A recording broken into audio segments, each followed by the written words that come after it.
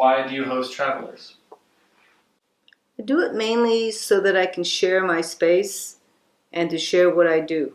And hopefully they'll pick up something and take it with them in their life. So what I do here, I think, is unique and important and certainly out of the ordinary. And I figure if someone makes an attempt to do this sort of work, I should be there to say yes. Is there one experience that stands out as far as interactions with people that you've hosted? No, I think everyone was unique. And I've learned from them, and hopefully they've learned from me.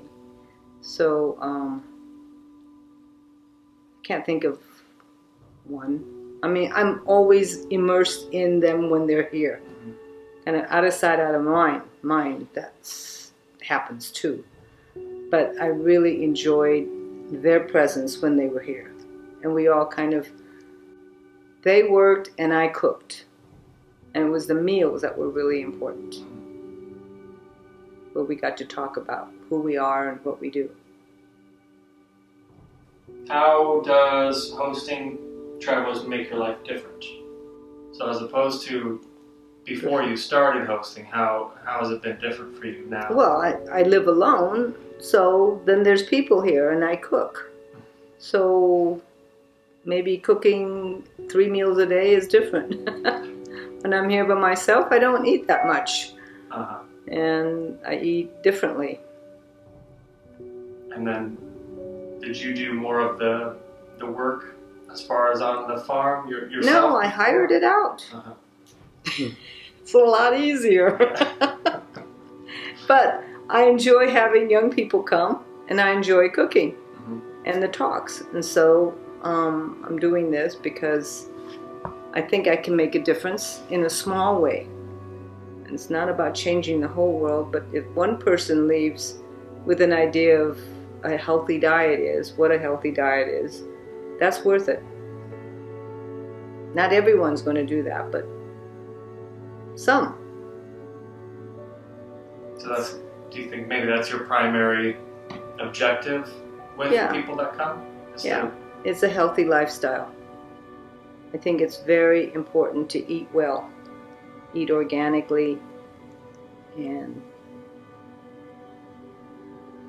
not buy anything that's sanctioned by the government.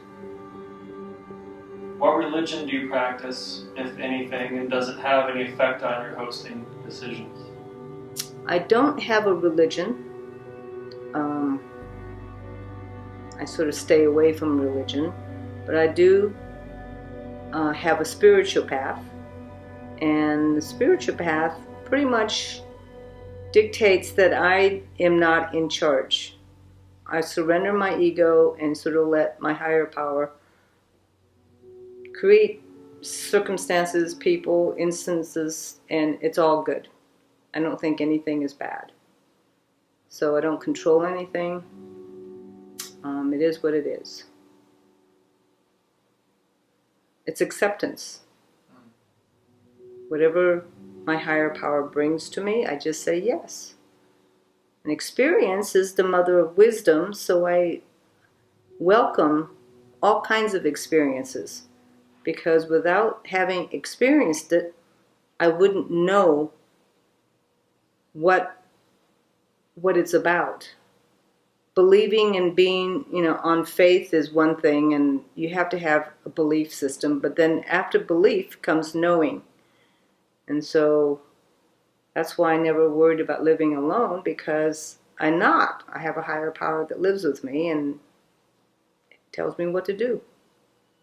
I'm not in charge of anything. The animals have their own higher power.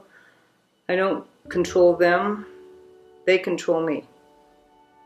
They tell me what they want to do. So I don't, I just kind of go along with life, go along with the flow. Have you always felt that way, or is that? No, I haven't. But I've been doing this for about 14 years, this way of living. And it works pretty well. You seem to be happy. Yeah, always happy. So this is all about 5 days worth of raw goat milk that I put in the freezer. And I do 4 gallons at a time, and I'm going to put it in this pot that is right now sterilizing, so we're going to wait. Do you have any thoughts on minimalism? Yeah. Look around you. You should just pan the camera. There's a bunch of stuff in here. There's hardly minimalism. However, I'm an artist, and I have an artistic eye, and I get all my stuff. I'd say 99% of this comes from thrift stores. And so it's treasures that get passed from one ownership to another. And I'm just a temporary owner of these things.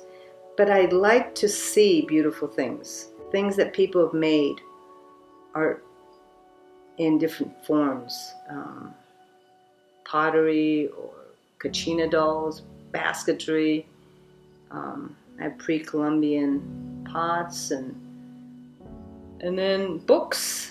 I'm very, very tied to my books. I can't imagine traveling without books or being without books.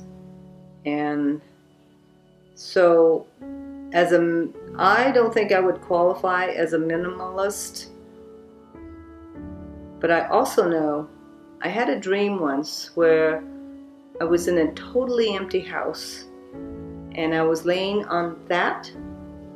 And this is like 10 years before I even knew I had this chair, this chaise lounge. But I was laying on a chaise lounge in an empty house that had windows like this and looking out at a mountain. And this was in Taos. I thought, oh, where am I going to find a house with these windows and a chaise lounge? I didn't have one in Taos. And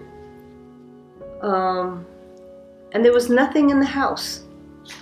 And I was dying. And it was perfect. Because when one passes through the curtain, we don't die. I don't believe in death. But we pass through the curtain. We don't need anything.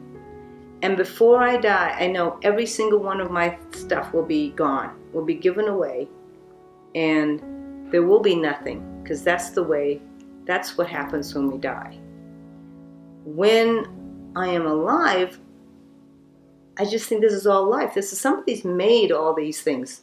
Hands have made these things. Hands have written books, made these pre-Columbian pottery 3,000 years ago, made Japanese dolls. Some woman, and it's all about handiwork and blacksmithing, a blacksmith hammering and shaping iron.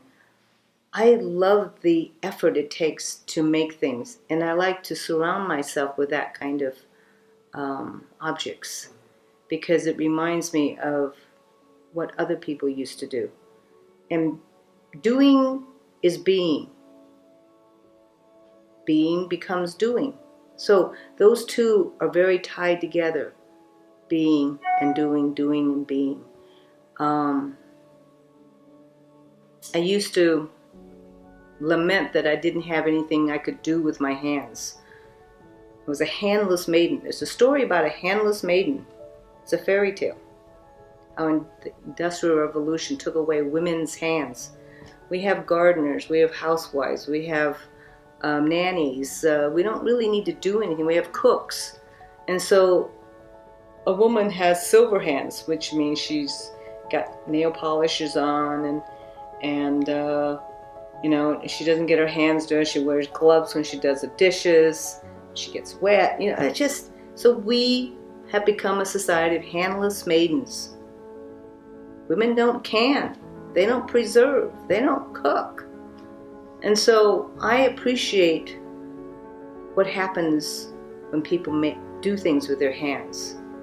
And I can go on and on about the handless maiden. I wanted to have a handless maiden school, and basically having woofers come and workaways, it's sort of a handless maiden school and men don't know how to do things with their hands anymore.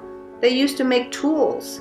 They used to sharpen knives. They used to, do things that all this art is lost.